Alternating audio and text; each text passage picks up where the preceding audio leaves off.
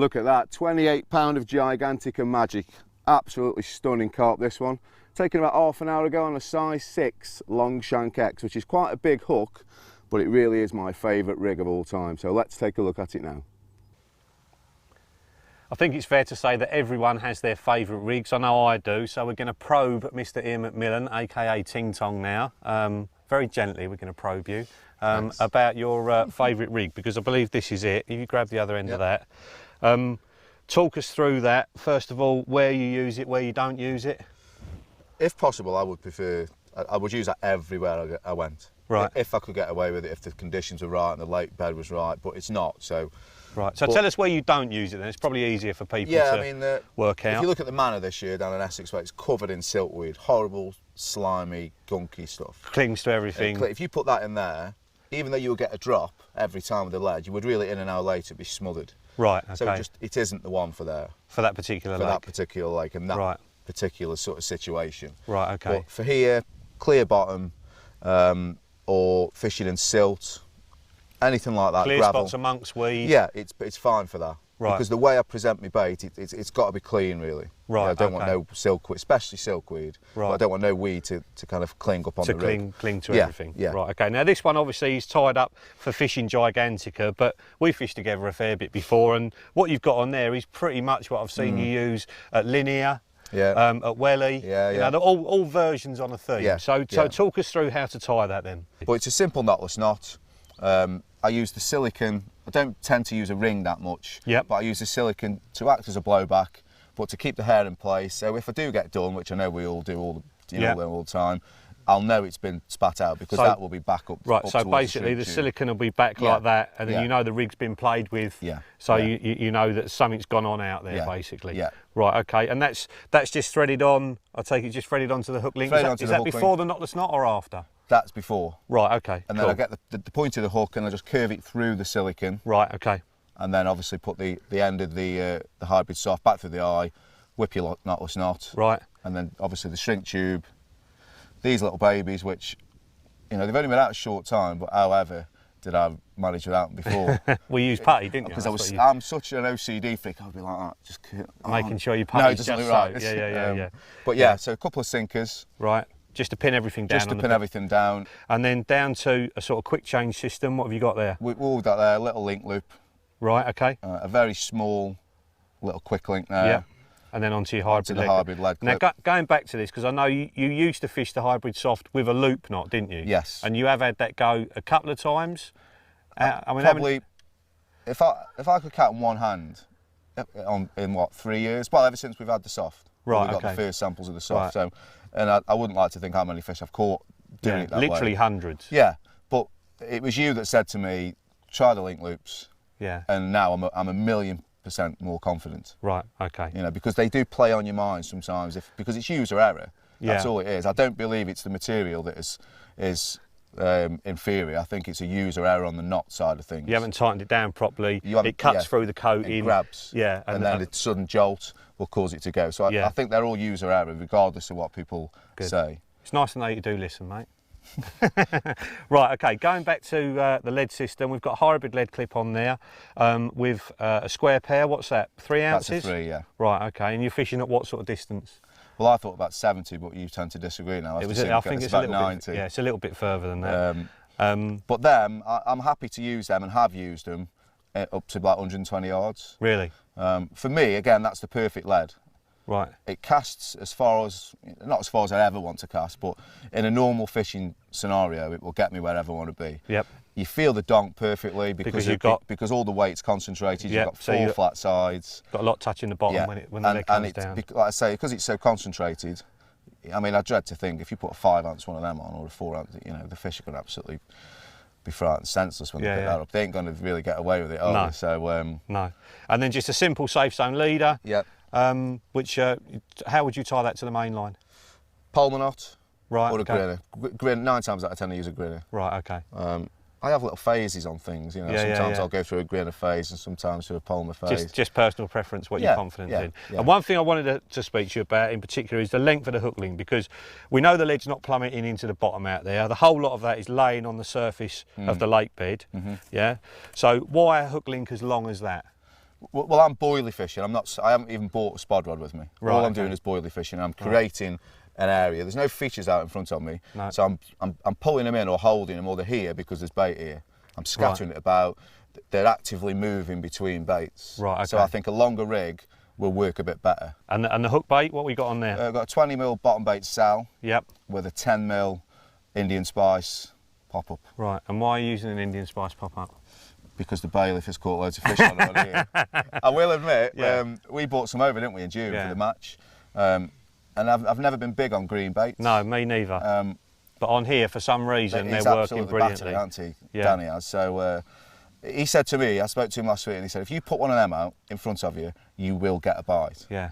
Yeah. And it's worked. Yeah. Well, if you put it in the edge, it's lovely. It's nice. It's a nice little combination. Yeah, it's just sitting just off the bottom, sort of like that, isn't it? So it's not floating or anything, but it's just standing upright like that on the bottom. So a little bit of extra flavour, a little bit of extra colour. Yeah, a bit and the Old Faithful cell as well. Okay, well that is Ian's Cast It Anywhere rig. He catches absolutely loads everywhere he goes. So if it suits your sort of fishing, get on it. Look at that.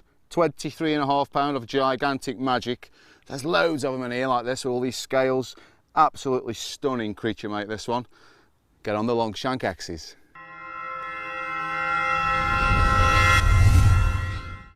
And how about that? 26.5 pounds of gold-plated Gigantica carp. Absolutely stunning. Taken on a cell bottom bait with a little tiny mean green pop up above it. Size 4 wide gape hook that I've made barbless, and a hybrid stiff hook link. Wicked.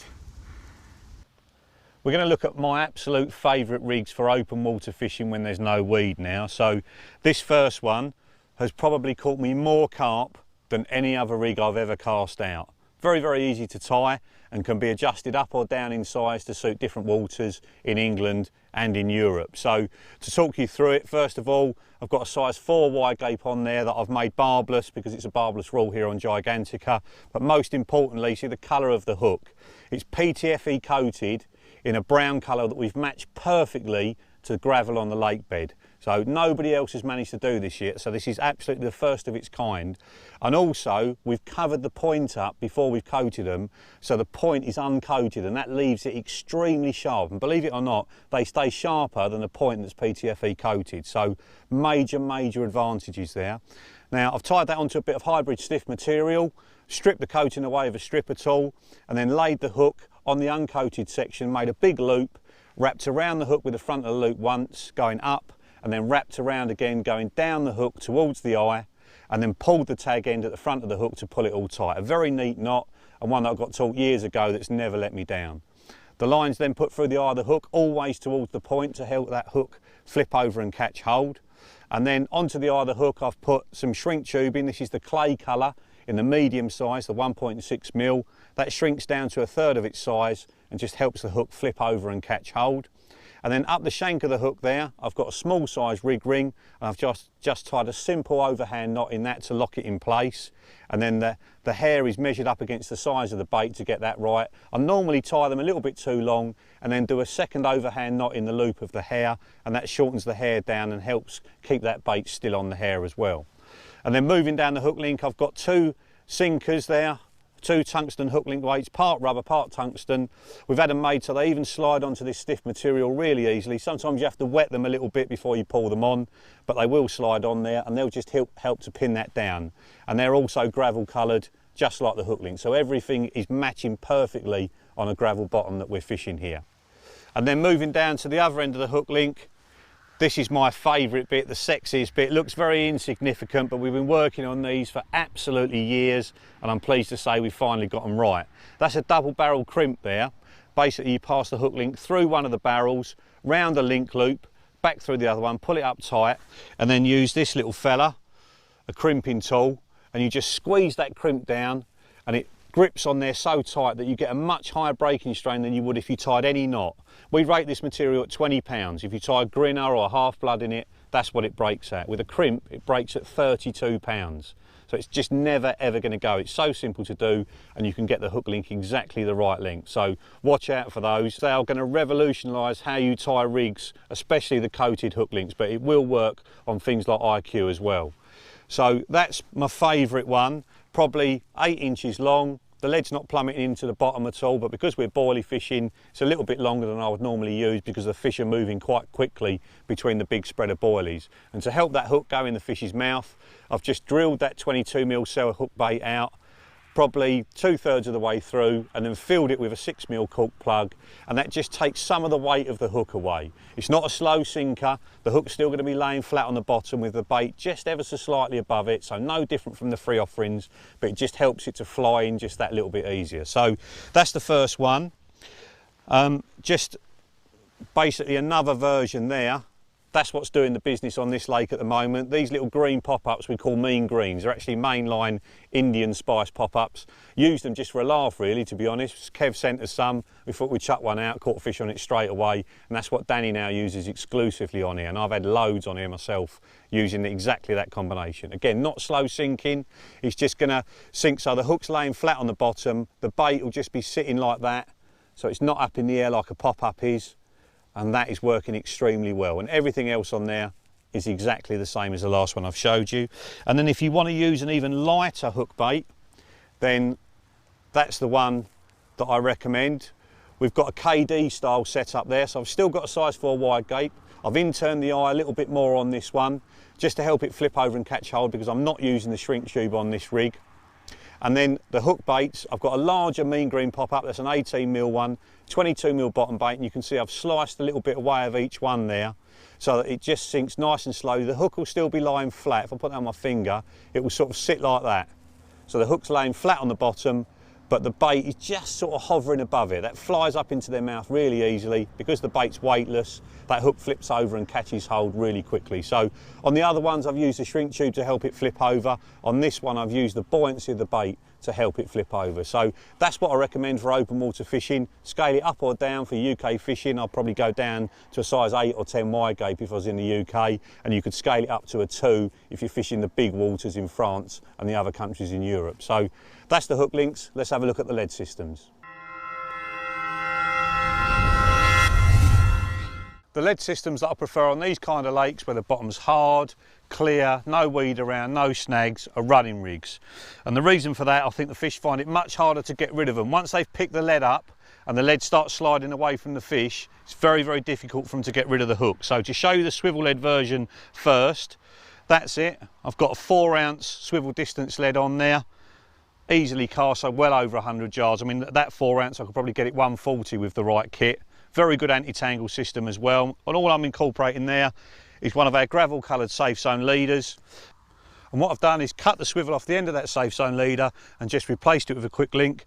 Before that, I've just used a baiting needle to slide on one of the rubber connectors and a lead clip, just a standard lead clip that I've squeezed together a little bit just to make it oval, so that that quick link just sits in there perfectly like that, nice and snug. Under just a tiny amount of tension, when the fish shakes its head, it just pulls out and the lead starts sliding away from the fish, and I think that's what mucks them up. So to attach the hook link, obviously the quick link, as the name suggests, is super quick for getting the hook link on. There's a little latch in there, just feed that round, that's the hook link on, slide it all back down. A super streamlined setup, really good for anti-tangle. You can cast that 120, 140 yards and it's going to deal with that easily. And then on the other end, just pulling the lead down, the leader, I've slid on a couple of 4mm safe zone rubber beads. All they're for is to slow the lead down. If they're not there, it will slide off the end of the leader on the take, and then when you're playing the fish, it will come down and sit on the top of the leader, and it's like playing a fish on a zig rig. Doesn't feel nice at all. If the line snaps and the fish is dragging that around, because they're rubber, they'll just pull off the end of the safe zone leader and the fish gets away from the lead, so it's nice and safe. And then just to show you the inline version, I'd fish this one if the bottom's absolutely rock hard. I think it's even more effective because we've got an inline lead. The fish is picking the lead up from the heavy end first, and it's even more startling for them. And to set that up, super easy. All I've done at the end of the safe zone lead, I've cut the ring swivel off again, and then first of all I've just slid on one 4mm bead that acts as a backstop. Then the lead goes on minus the insert, so it slides up and down nice and easily. 3 of the 4mm rubber beads are slid on next to stop that quick link disappearing right inside the lead. So if I pull that in, you can see there I've just got the ring at the front of the quick link exposed.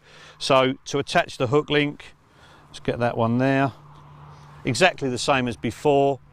Just get that little latch there, slide him round, so that's the hook link on, pull that up, and because that little latch is lost inside the lead just slightly, there's no way the hook link can get off. And again, a very, very streamlined system, and that is going to get you so many more bites. That's why I bang on about this system all the time. Compared to a normal semi-fixed lead, that's going to catch you so many more fish. I've rinsed loads of lakes on this, and it's my #1 choice if there's no weed or snags.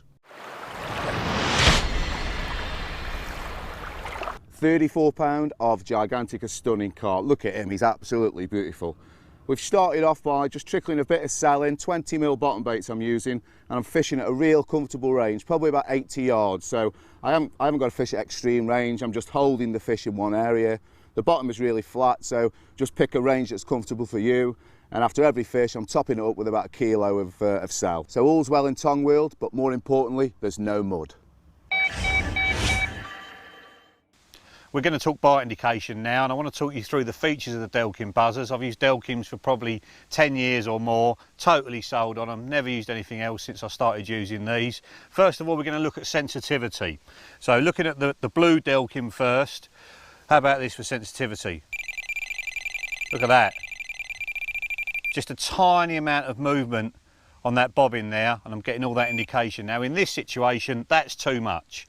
And what a lot of people do wrong with these buzzers is they have them on #6 sensitivity on the plus setting, which means it picks up vibrations even faster, and they're going off all the time. Now because I'm using fluorocarbon mainline, which is very, very heavy, I'm letting that sink. Obviously the more of it's touching the lake bed, the less the line's going to move around in the wind. So even though we've got a bit of a crosswind today, I'm not getting any live movement at all.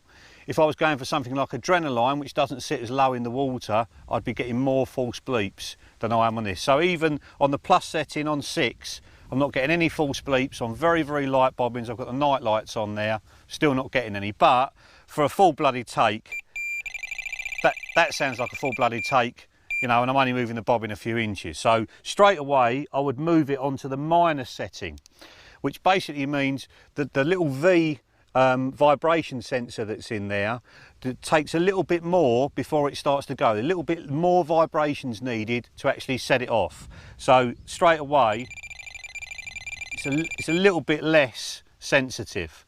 But if I turn that down now to probably #2, see, that's a lot less sensitive there. But I'm getting full-blooded runs here. You know, if the bobbin pulls up to the top, still getting enough indication. That's more than good enough. And then I'm not going to be getting any false bleeps or anything else on that one. So that's how to use them. Don't have them on plus and 6 all the time. I have mine on minus virtually all the time. The only time I turn them over to plus is if I'm snag fishing, right up against the trees. The tiniest movement in the line needs to be indicated. I then have them on plus, and I turn the sensitivity up as high as I can without getting false bleeps. Now if you find it is windy, the wind creeps up during the session and you start to get false bleeps, just turn the sensitivity down. That's all you have to do, and then they won't go off. And you can see, you know, we've got a bit of a crosswind here. None of them are going off, even on a high sensitivity. A couple of other tips for when you're using the Delkims. If you've got braided reel line, it will magnify the indication considerably. So the worst thing you can possibly do is use braid and then have them on the plus setting, then on 6. They'll be going off all the time. So keep them on the minus setting, turn them down even to #1, and you'll still be getting good indication, but they won't be going off all the time. And if you find the bobbins are moving at all, then I just recommend you screw an extra weight into the bottom of the bobbin. Just make them that little bit heavier so they don't pull up and down so much in the wind, and it will stop all that. And the other nice thing about this vibration system is even if the bobbin creeps up slowly in the wind, it won't go off. A roller buzzer, because the roller's moving, will keep going off. Where this, you can just turn the sensitivity down and it won't go off at all. And then moving on to the bobbins, these are the night lights with the duo carbs. And the duo carbs there, what they're basically doing is stopping that bobbin moving about in the wind. So it's just holding it nice and still, hardly any weight to those at all because they're made out of carbon. And then the night lights, if I pull that up, the night light's actually going off at the same time as the buzzer's going off. And that night light doesn't work on a battery, it just runs straight off the buzzer, draws almost no power. So a real nice addition. And if I pull that up tight, just to show you how that clicks away, I'll just do up the the reel a little bit. That just clicks off of there really nicely. So when you get a take, you just pick the rod up and it clicks straight off. And the reason for that is there's 2 magnetic ball bearings in there, so they hold the line under the same tension all the time, whether it's braid or mono, and the line just clicks perfectly out of them. Let's put that one back on again. There we go. Okay, let's have a look at the receiver. So the TXI buzzers are cordless remote, yeah, so that's sending out a signal, that's receiving it. So just to talk you through quickly how to actually program it in, you can put it onto local or distant. I'm just going to put it on local, and that's just vibrating in my hand. You've got a vibration system on there as well. You can turn that off if you don't want to use it. And then on the back of it, there's a little tiny button, and I just press that just lightly once, and what you'll get there, you can see that light's flashing. Now I haven't got a purple buzzer here that's actually got the TXI system on it, so I'm going to move through, just pressing that one more time onto the red, and then all you have to do to activate it is just pull the red buzzer. That means it's programmed in. It's going on to the white one now. Haven't got a white buzzer, so on to the next one, blue, and then that's programmed again through all the others, because the one at the end is the EV buzzer. That means it's done, and it's vibrating in my hand. And if I just turn that off and then turn it on again, means it is programmed. And then if I turn this down to nothing, this middle one, every single bleep on the buzzer is heard on here. And that's how I like to fish most of the time. I have no sound going through this at all. All the sound is going through the sounder box, which is up in my bivvy. So it wakes me up in the night, no problem, but there's not loads of sound at the front of the swim, which I don't like. And you're also not alerting everybody that you're getting takes. I mentioned earlier that there's 2 settings on the RX Pro receiver, local and then distant. And we're going to check the ranges of those in a second. But before we do, to show you another little gizmo that Delkim have come up with. That fella under there is part of a D-lock system, which is basically a quick change system to take your buzzers on and off the buzz bars really quickly. All you have to do is undo those couple of little screws there and then fit that onto it. And there's obviously another part that goes on the top of your buzz bars or your bank sticks, and you can just clip the buzzer on and off in seconds. So without further ado, we're going to program this buzzer here. Turn it off first of all. There we go. Right, now, so with the buzzer turned off, I just press down the blue button that's normally the night light adjustment and turn the buzzer on to plus or minus, it doesn't matter. Get the normal bleeps.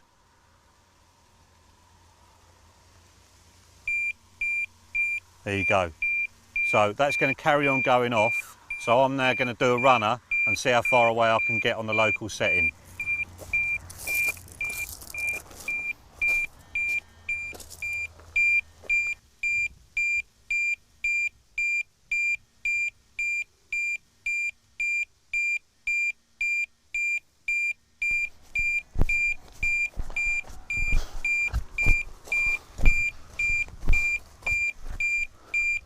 So here we are in the next swim down Alcatraz, probably 50 yards away from my rods, and on local it's still going off. So plenty good enough for in the back of your bivvy, and probably good enough to be in the swim next door if you're having a cup of tea with your mate.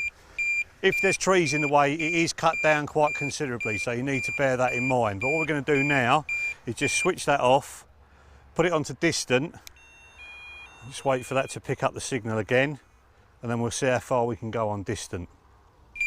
And nice thing about this, if I get a take while this is happening, this will cut out and it will go straight into the normal mode and register the take. So let's see how far we can go.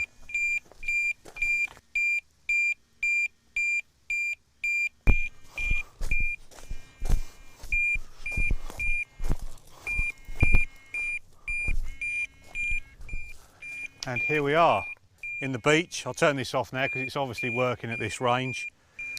Probably best part of, well, I'd like to cast that far, 300 yards I would say from my rods. Now obviously Delkim, we're not saying be 300 yards away from your rods, but we've done this to demonstrate how strong the signal is.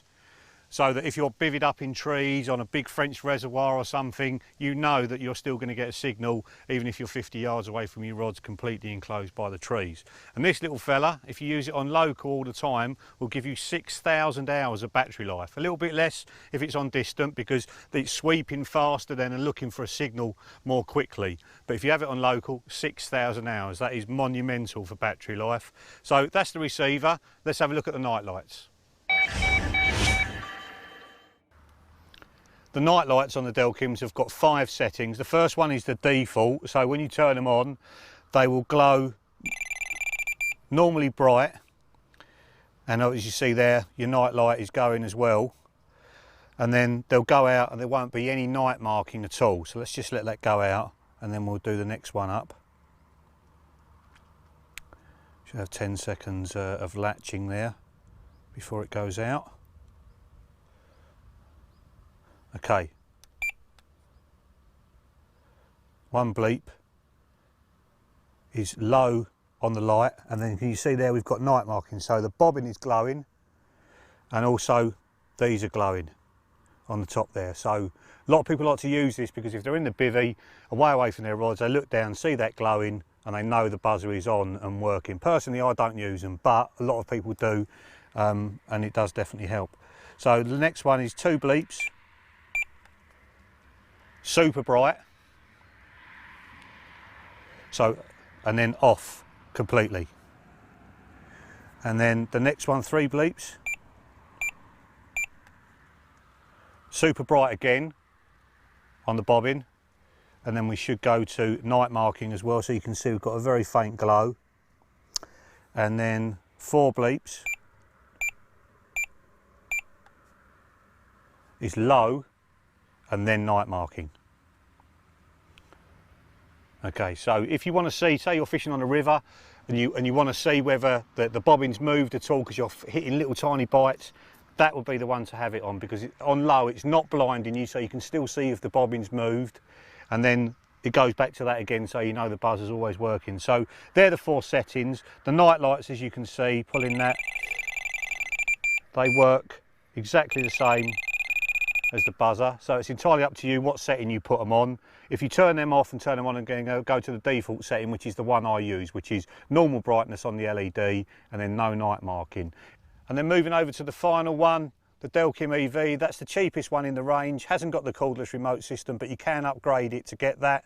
And then the night marking is on there as standard with just the normal brightness on the LEDs. So that's the range from Delkim. I've used them for absolutely years, never had a problem with them. The after sale service is brilliant, sensitivity is unrivaled, and so is the reliability.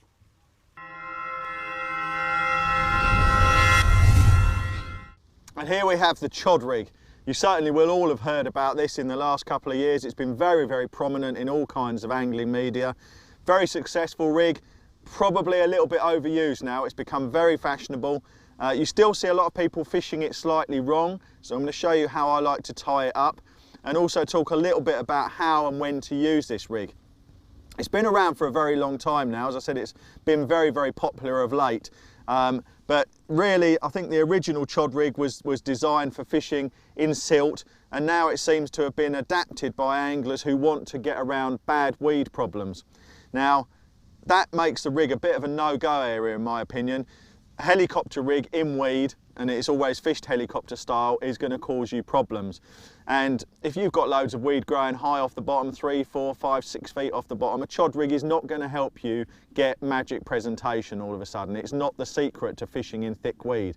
If, however, you're fishing over some low bottom weed, blanket weed, silt and chod, as it's called, bits of bottom debris, then this is the rig which will keep your bait presented, visible and easily accessible to the carp.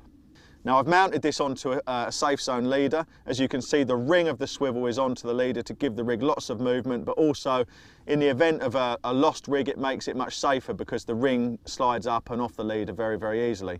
Now, just mentioning the safety, that is a critical element of this rig and all helicopter rigs. And the test that I use to employ to check that my rig is safe is to wet everything down. So, as if it was in an angling situation, and then take the hook bait Remembering the carp does not have hands. All it can use to get rid of the lead is its mouth and shaking its head. So hold it against the top bead and then shaking the rig.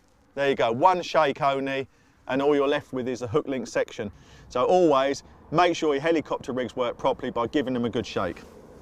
Now, to make the Chod rig, we use the size 6 choddy hook in this case, or invariably a choddy, and that has a slightly outturned eye, which means that with the stiff filament you can make a nice shaped curve, and with an inturned eye that maybe you would get on a wide gape or a long shank or that kind of hook, it will create too much of a closed angle. The outturned eye allows the curve of the filament to come off nice, still leaving you plenty of hooking potential across the gape of the hook. Now, I take the bristle filament, which is a prototype of ours at the moment. That stiff material is threaded through the back of the hook using the natural curve and then whipped on knotless knot style. And a small D is formed, same as the hinge stiff rig.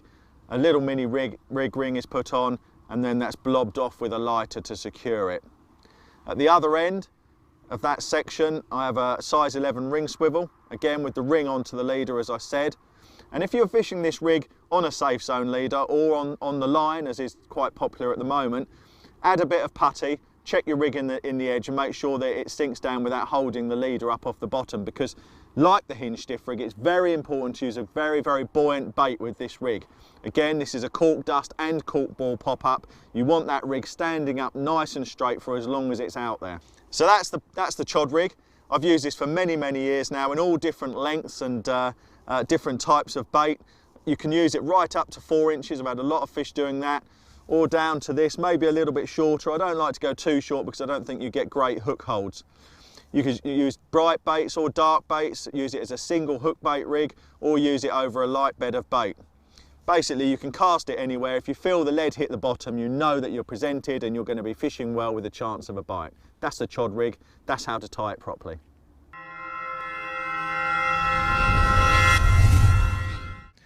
And this is the hinge stiff rig. It's kind of a little bit out of favour now as the Chod rig has vastly taken over in popularity, but this was the original pop-up hinge stiff rig, and it's probably the easiest rig to get wrong. And it's been popularised by Terry Hearn and various other anglers, and it's very much in the public domain, but very, very much underused.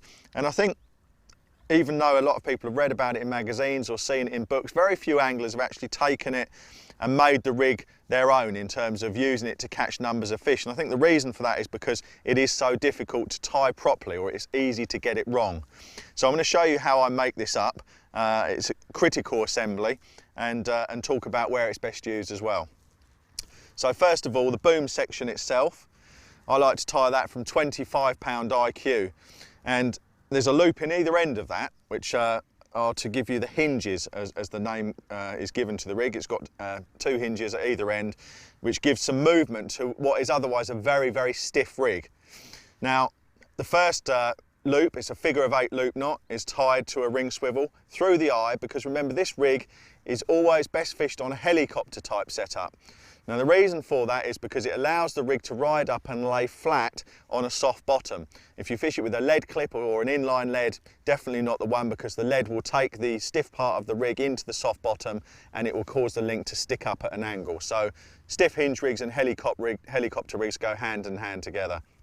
So tie the swivel on using the figure of 8 loop knot, onto the leader, ring onto the leader and loop around the eye of the swivel. At the other end of the boom section, a slightly smaller loop, and we have a size 11 ring swivel, which I've cut the ring off, and it's just the swivel is riding on the loop there. So the most important part of this boom section, once you've made it, is to keep it straight, keep it stiff, and most importantly, keep your loops round. Now, during repeated casting and just general use, the loops can close up and elongate. You don't want that, you want them nice and round. So keep them nice and round and open to give the movement to the rig. That's the boom section. The pop-up section, much more straightforward, because it's basically just a short, stiff Chod style section. Again, that's using the test bristle type material that we've got at Korda at the moment to a size 6 choddy typically. And I form a D rig in that and melt it with a lighter to give you a small swimmer type loop for the bait to be mounted onto. Now this can be fished at any length from an inch long right up to 2 or 3 inches. For single hook bait fishing, I tend to favour a long section, you know, nice and high, and for short sections, maybe fishing over a tighter areas of boilies, maybe just 1 or 1.5 inches long. Piece of putty is moulded around the eye of the swivel, and you'll see that with the swivel on the loop, you've got total 360-degree movement, and also with the loop, the rig can move in and out. Even though it's very, very stiff, the rig has got movement, and I think that's part of its secret. It's very, very stiff, but has also got fluid movement thanks to the creation of these hinges. Now, how the rig works, when the lead hits the bottom, you need to use this rig with a critically balanced bait. And the reason is, with this stiff boom section, it means that the bait will be boomed away from the lead. So with a slow sinking bait, even if it comes down on top, the stiffness of the boom will extend the link and it will sit so that as soon as the fish picks up the bait, it's in direct contact with the lead. Well, I am honoured to say that Daiwa have pulled out all the stops and finally made an Infinity exactly how I want it. And they've put the rings that I want, 50mm butt ring, handle that I want, reel seat, absolutely everything. A new finish on the blank as well, a matte finish, and I'm honoured to say my initials. So once I've got this fella in, we'll talk you through the different features of the rod and tell you what's in the range as well. This feels like a good fish, a real good fish. I'm playing them on the 3 1/4s. There's 3 in the range, 2 3/4, 3 1/4 and 3 3/4, which is obviously the real long casting one, but they're all fantastic for casting. Same blank as the Magnum taper, just with all the lovely little bits that I would normally put on my custom built rods. This is a nice fish here.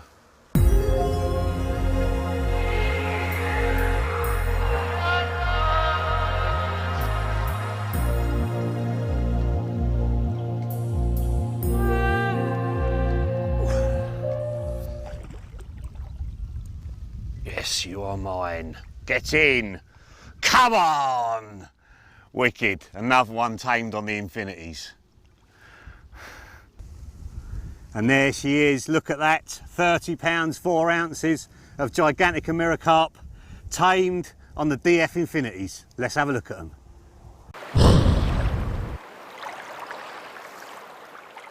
This thing of beauty is the new Infinity DF from Daiwa.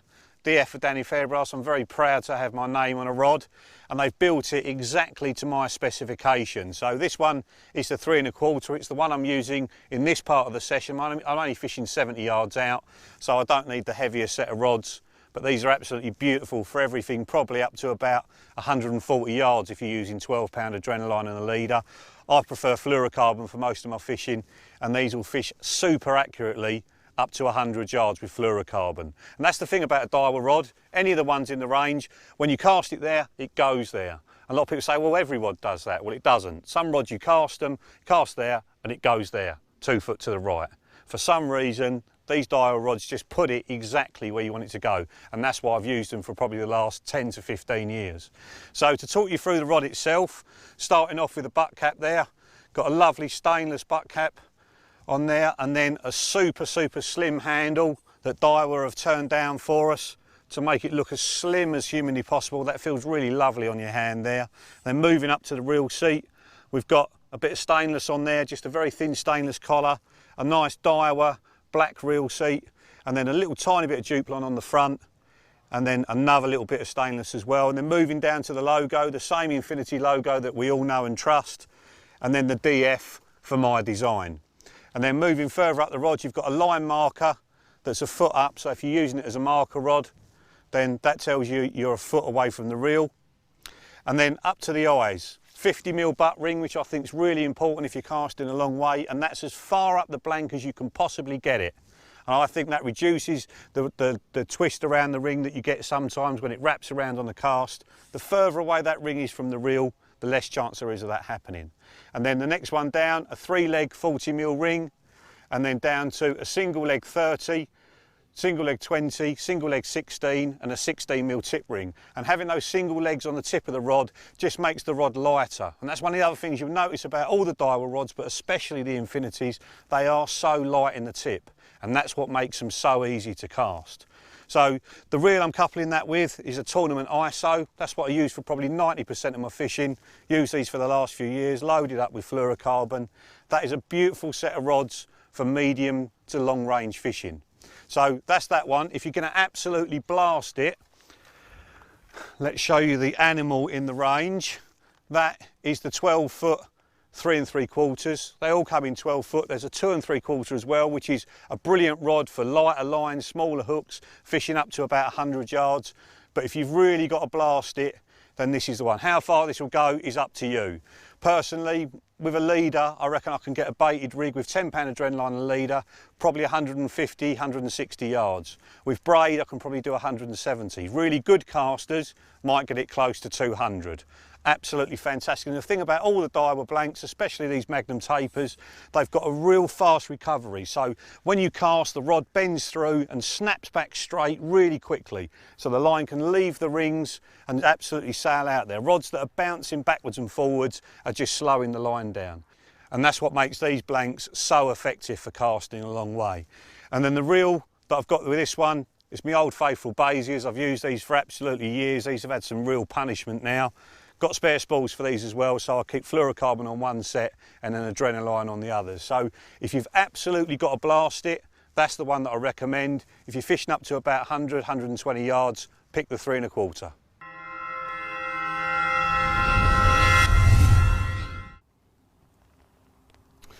While we were unhooking the fish reel, we noticed there was a bit of line just caught around this fish's fin down here. You can see where it's cut into it. So what we do is we're just drying it off a bit with a bit of kitchen towel, because we'll get the Carp care kit and just apply a bit, and by drying it off it just kind of helps the solution to soak in. So there's two in the pack. You've got one for body and one for the mouth. So it's just a case of making sure that's really dry. And then just giving it a good old dollop of this stuff. And I tend to just work it in ever so slightly. It's better to put too much on than not enough. But that will heal fine though. As you can see, it was a bit of a mess, but obviously that'll be as right as rain now. Let's get him back.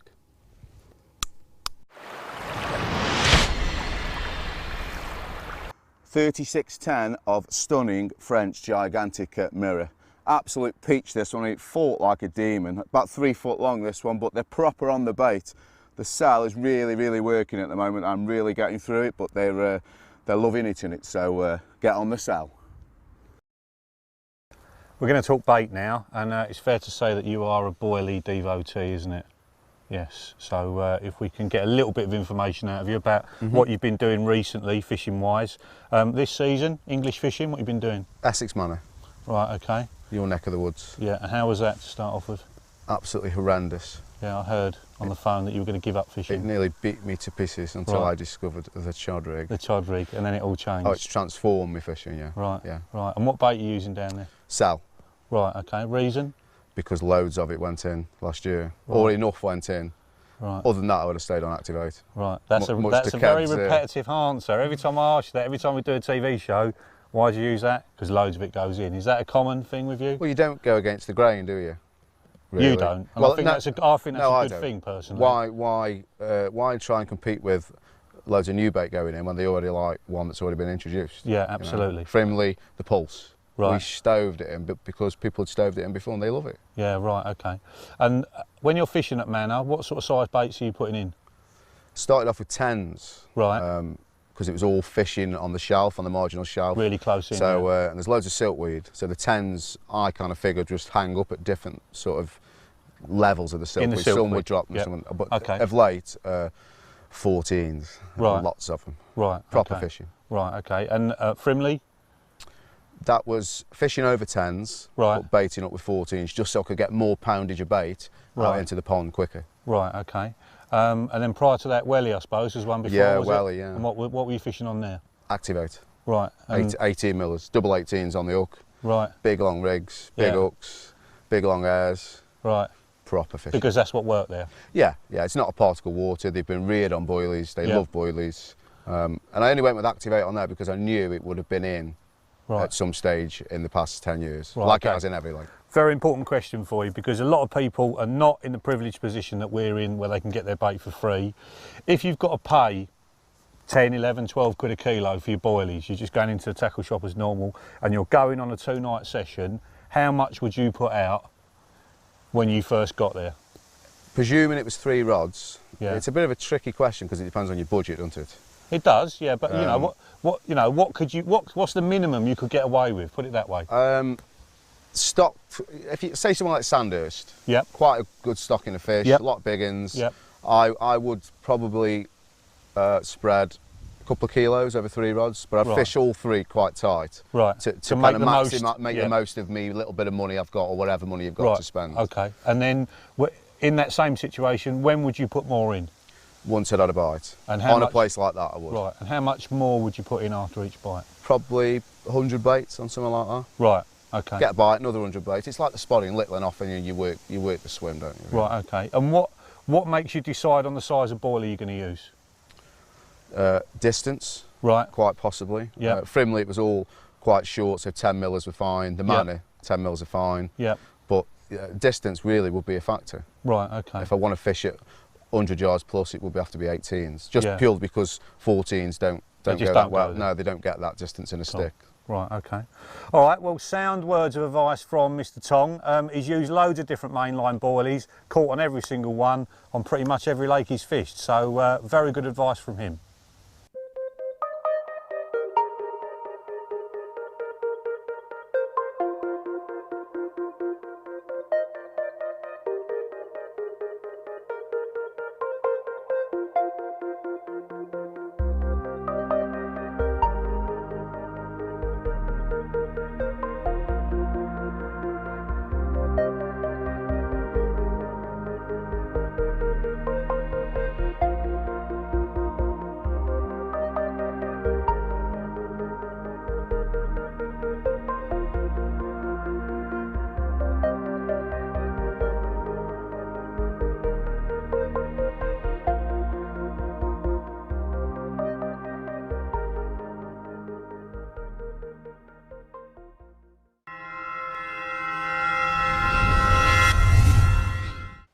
We're going to take a look at quick change systems now. They've been on the scene for a few years, everybody's using them, and the couple of reasons behind that is 1 for speed and 2 for convenience. So we're just going to take a look at a few different presentations and setups. My favourite is the quick link. Very easy to use, little silicone sleeve there on the gated baiting needle, onto the link loop.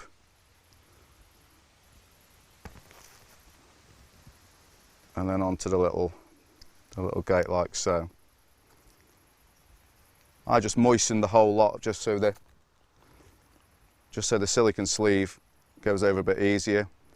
Another point to remember is, well, I personally don't cover the whole of the swivel up. Some people do, but I like how that pivots a bit really. 1, it just gives it a bit more movement, the whole rig, and 2, it eliminates the tangles. So that's that one. The next one is a good old-fashioned stick clip. So we'll get a little stick that I've already knocked up.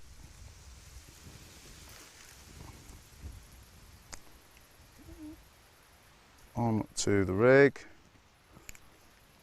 The same with the sticks. I'll have 10 or 15 all made up. So it's all helping you really to get that rig back out on the spot if a load of fish turn up in front of you. On with the sleeve.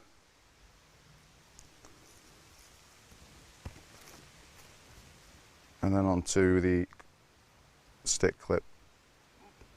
These stick clips are available in a couple of different sizes, if we can get it on. I like the larger one. What that does then is when you slide the silicone sleeve over it, the sleeve just grips the side of the stick clip. so it keeps it all nice and neat. Again, you can see the benefits of having that swivel exposed, the pivot of the rig, and it's not going to tangle. The final one we'll look at is the ring clip. Not one I've used personally, but I know it's one of Damien's favourites, and I can see why. The ring that goes onto the swivel of the clip, it's already pivoting, as you can see.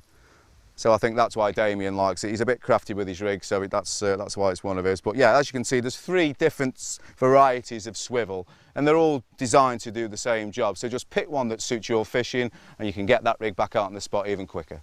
Look at him, 30 pound 4 of a stunning Gigantica mirror. Just proof that the quick change systems are working. We got this one in and put him in the sling and the edge and got the rig back out straight away.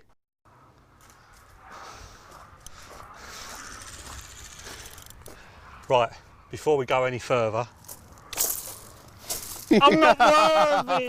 I'm not worthy! I'm not worthy! Oh mate, you've rinsed it, haven't you? You've absolutely rinsed it. This is number what? If we get it in, it's 31. What, right. 33rd bite. Right, so out of 33 bites, yeah, you've landed what? 31. No, 34, sorry. 34 bites. No, you've only lost 2, haven't you? Yeah. Lost 2, yeah. So out of 33 takes, this will be your 31st fish. Yes, sorry. Right, okay. Now sorry, everybody, I'm sure, I know you've spoke a fair bit about how you fished it, but just recap for us so people know. Tell us, first of all, tell us about the marker float. Well, the lack of it. Well, yeah, go on, It hasn't been out once. The marker would have stayed in exactly the same position all week. Right, so you didn't marker up at the start of the session? Nope. No, you didn't use it as a marker for baiting up to? Nope. Right, so what have you done with the bait? I've scattered, because it's boilies only, I haven't spotted, it's just boilies. I've scattered it all in quite a wide, probably a 50-yard arc. And, you know, you want them competing, don't you? Moving, picking the baits up. I've used a lot of bait. Yeah. But I've managed to, I don't think I've held them. I think they've just been out further out into the lake and they've moved in for a bit of a munch. Yeah. And obviously there's been bait there at regular intervals. If I've not had a bite for, say, 3 hours, I've put another ½ kilo out just in the general area. Right, okay. So for people that are coming to Gigantica, it sounds to me like you don't have to be mega accurate.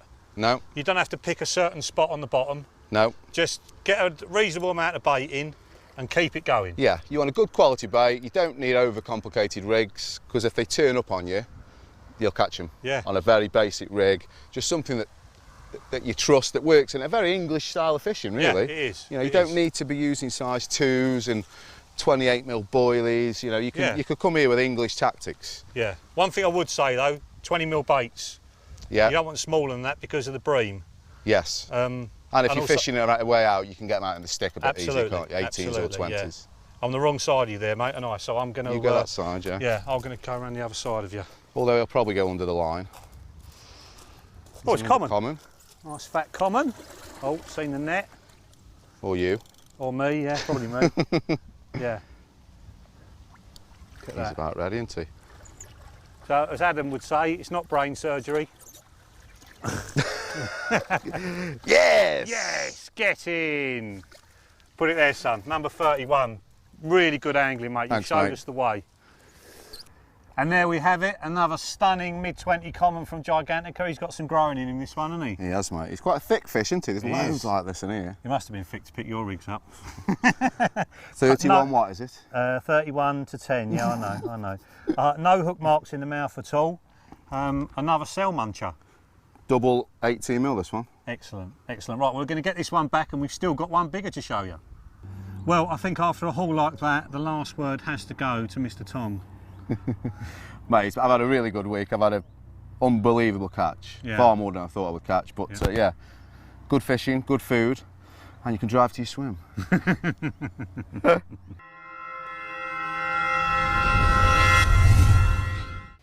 PVA tape, that is one of my angling essentials. I never go anywhere without this. It's got so many different uses and gets you out of trouble in a lot of different ways. First of all, the common old stringer. Tie it slightly different to how you might have seen. It's a 3-bait stringer and it's kind of a circular formation. So I'll show you how I do that first of all. This is 10mm wide PVA tape. So we pull off a decent length of that. Take your 3 baits and put them onto a stringer needle.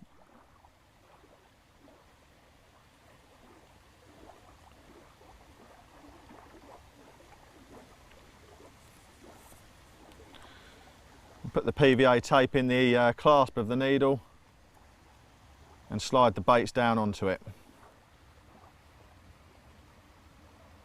Very strong, this PVA. You can just slide them on like so.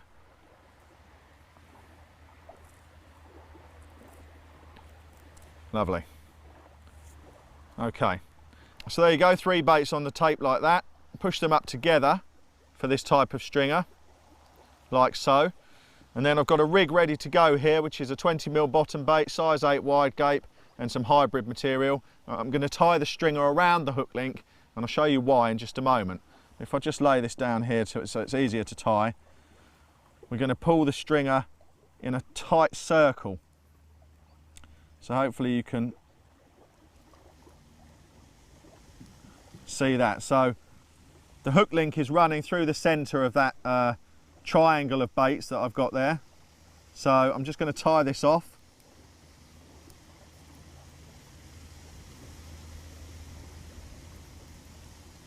Like so. I'll show you how it looks. Okay. Now the finished stringer, as you can see, that was very quick and easy to make. Your hook bait and your hook link runs through the centre of the stringer. So very, very nice little setup this, because what it does is it masks the hook. So you pull the hook like so into the centre of the stringer, and it means that your hook can't get masked on any weed or anything. So really, really nice little presentation.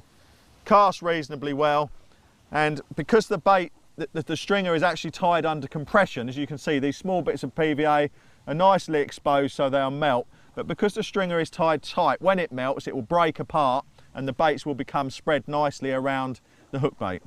So that's the circular stringer. That's one that I use quite a lot and have used for a lot of years. Nice little presentation, that. Okay, another really good use for this PVA tape is to mask the point of your hook, particularly for weed fishing, which a lot of us are coping with now. Many waters are very weedy. This means that when the PVA dissolves, it's leaving your hook point sharp and primed and ready to go into the mouth of the fish when it picks up the bait. I'll show you how you do this, and it means that you can fish with a lot more confidence that your rig is perfectly presented. Okay, so take your PVA tape, just hook it over the point of the hook, and then we're just going to wrap it around the gape of the hook so that it can't get caught on anything. Just 2 or 3 times, like so. And then if you just lick the PVA, and it will just obviously stick to itself, and you can trim it off.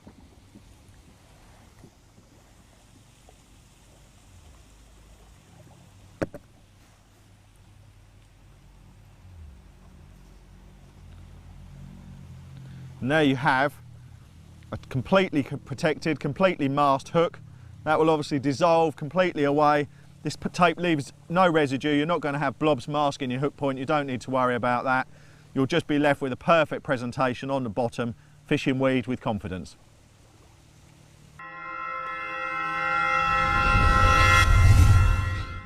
One last use for this piece of PVA tape, and this is another little corker. When you're hooking on little bags of pellet or ground bait, quite often the hair can flip around and tangle around the shank of the hook. I'll show you a way now that completely secures it, means that you can cast with confidence. Okay, what we'll do is we'll take a PVA mesh bag of pellet here, hook it on in the normal fashion. Just nick it through the top there. Now that's something you see people do day in, day out on lakes all around the country. All very well and good. I mean, actually I've got a piece of silicone there which is actually helping to reduce the tangle, but it can still flip round. And if you haven't got that silicone on, I'll just show you. If you've got the hair coming off there, which is perhaps a bit more conventional, then you'll get this problem all the time. Not great. So what I like to do is take a piece of PVA tape and tie the hair tight to the bottom of the hook and the bag. So I'll just tie this on. Now what I've done is I've just done a simple overhand knot that goes around the bottom of the hook and the hair, keeping everything tight, no tangles. Trim that down, which I'll do now.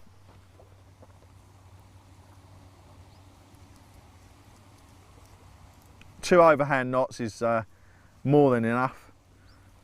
So there you have an untangleable hair. Cast that anywhere with a hooked on bag and you'll have no problems whatsoever.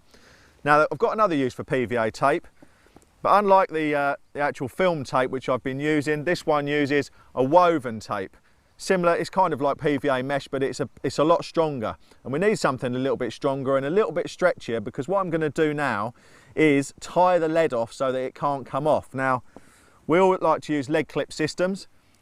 We're just particularly if you've got a big lead on, if you're trying to go for a bit of distance. I mean, this is a 4 ounce swivel distance. We'll put that on there, moisten that up. Now, what you've got here is a very common arrangement: lead on a clip and a bag of pellets. Now, the problem, as some of you might have found, is if you don't stop your cast or feather it perfectly, the impact will slow the descent of the lead quite radically. Now, basically, the lead will go into the surface of the water at some speed. It's braked by the hook link and the resistance of this bag, which means that your lead will come off almost every time. Now, the way to get around that isn't by pushing the rubber on as far as you can get it. You see people doing that. That's not good angling. That will be very unsafe, difficult for the fish to get rid of. So instead, push the rubber on as we would normally have it, but use this woven tape to tie it off and make it completely secure. I'll do that now. There you've got a lead clip which will not discharge the lead. Obviously, once the PVA melt, it becomes completely safe. So after a minute and a half in summer water temperatures, that'll be completely gone and you've got a fully functional, fully safe lead system. More importantly, when you're casting little bags like this, you're not going to be dropping the lead every cast if you're not feathering it down. So there's a few little edges and touches using 2 kinds of PVA tape. Always carry it, invaluable.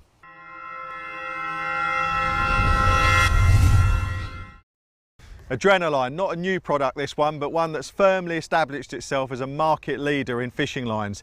We designed this first and foremost as a casting line. It's super soft, low in diameter, genuinely high knot strength, and if you want to cast long range, this is the line for you. It's also found favour amongst anglers who are just using it for good general all-round fishing. It's robust, abrasion resistant and very, very user friendly. Now, everyone's got their own favourite way of loading line. There's all sorts of different advice bandied about. First of all, soak your line. A few hours is okay. We like to soak it overnight, and what that does, it imparts even more suppleness to the line and makes it just absolutely like silk. So soak the line for a few hours or overnight first of all. So I'll leave that in the container of water. You need a butt section to have your reel on. Don't try and just wind it on using the reel, and you don't need the whole rod. Just thread the line through the butt ring and tie it onto your spool using a grinner knot. Get it nice and secure down there in the slot, and then you're ready to start winding. Now, you can use a cloth. Actually, not really necessary. The line's clean, the line's already wet, so I just like to maintain a good grip between fingers and thumb and make sure that the line is wound on under tension. Very important. Let's get it on there nice and tight. Not winching it on, but you'll see how we go. So, hold the rod firmly between my knees like that, and then we're just going to start winding. Try and get the butt ring directly over the spool, and then start winding the line on like that. Now, how do you know the line's not twisting? This is the point that you can prevent twist, and the easiest way to tell is if you can see there the line is coming off the butt ring absolutely perfectly. It's running through my fingers, over the lip of the butt ring, and then down into the container with water and the spool of line.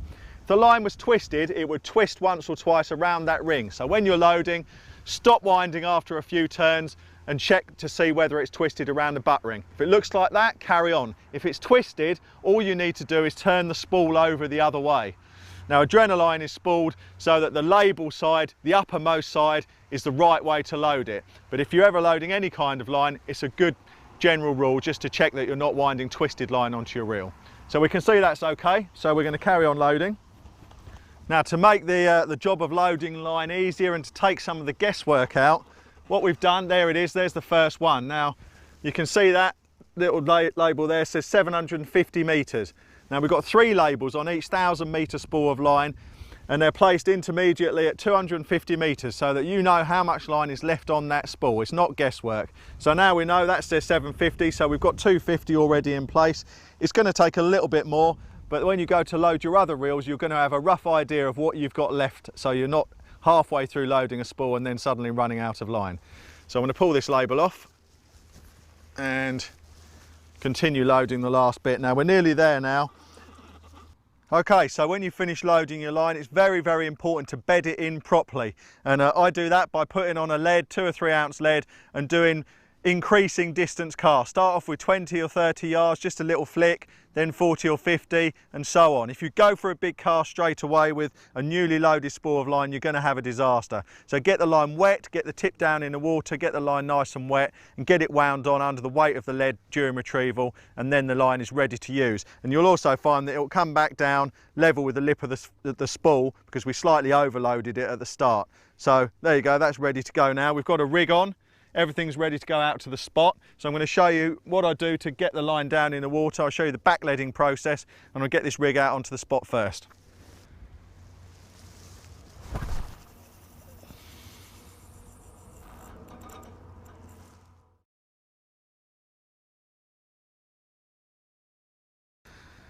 Okay, so the rig's out there. The next most important thing is to get your line properly sunk down through the water. It's no good just leaving it there. A lot of people would make the cast, put the rod on the alarm. Bad angling.